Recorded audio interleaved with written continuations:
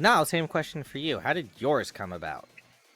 Oh man. So I've had a lot of changes in my usernames over the time. Hmm. My very, very first username that was my own was Nidime13, and that was based on two things. Well, the 13 is because 13 is one of my favorite numbers, and the Nidame came because back when Naruto was like first coming out, I was like 12, I think, when the show dropped, and my favorite character, the first character that ever made me like actually give a crap about character designs in Naruto was the second Hokage.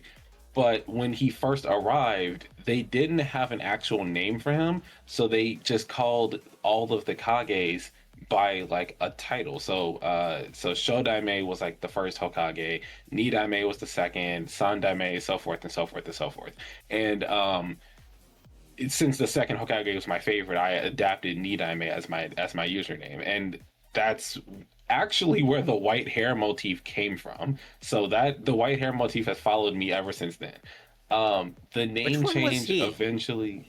He's the second Hokage, the one in blue, the blue and black, the water style user with the red eyes. Time to go Google this. Yeah, you might have to. His name is Toby Rama. He's the one that people claim is racist.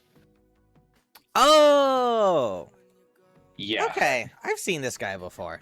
And you can also tell that's where my color scheme came from with the black and blue on my outfit. Yeah, he does kind of seem a little racist. I swear he's not, but we'll talk about that in a different pod where I will defend him like a lawyer if I have to. But Your Honor, yeah, he so pleads that's oopsie the daisy. Your Honor, you weren't even there. Your Honor, this shit happened So, in this shit happened because of Shadow Clone Jutsu. Therefore, the clone cannot be tied back to the original owner. Your Honor, he said dead ass. He said dead ass. You gotta believe him. Your Honor, he got socks on. It ain't gay. Yeah, so the white hair, the blue and black motif followed from there.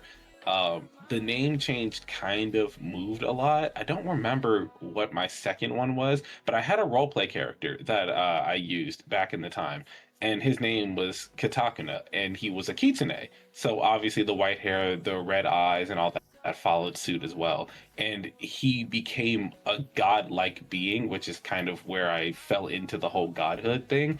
um he has a whole story we can talk about in a different episode, but essentially he did become a godlike being, and he now exists in multiple different timelines in multiple different dimensions. So every video game with a self insert is my way of like putting him into those universes Yeah. essentially.